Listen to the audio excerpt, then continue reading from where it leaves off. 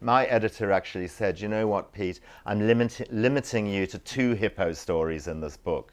So I'll tell you one of them. This is what I call my motherly love story. We were on the Zambezi. I think it was our entire family was sitting on this tiny little outboard motor, little kids, my mum, my brother, my sister, etc., etc. And we were hurtling along on the Zambezi River when we hit a submerged sandbank. So all of the adults jumped out. We were about knee-deep in the water, and we were pushing the boat over this very long sandbank that went on for a few hundred meters. And halfway across, I looked behind me and saw this hippo had come out of the water. And I said, "Look, hippo!" And of course, everyone else was looking forward, and they saw a hippo about 300 meters in the distance snorting.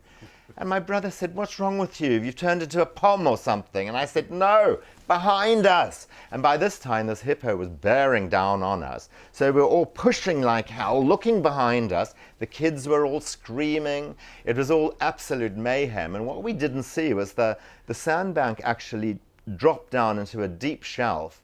We shot down into the water. The boat shot off with the kids in it. We were scrambling after the boat, and all I can remember was using my mother's head as a lever in order to push myself up and get into the boat. Now, my way of thinking is that you needed a strong person in the boat in order to lift the other people up. My mother calls it motherly love. That was one story. There were so many other stories. My sister came home from school one holidays and kept complaining that there was a horrible smell in her room, and she couldn't understand it. And we took everything out of her cupboards thinking a mouse might have died there, but in the end we couldn't find anything. So she had to spend the entire holidays with this rather awful smell.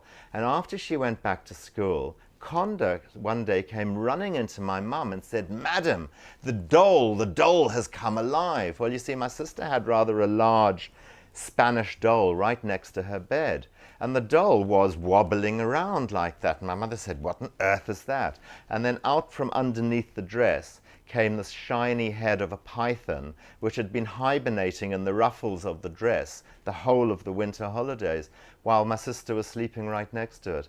I mean, there are hundreds of stories like that, and probably from many people, but these are my stories, and they happened all the time.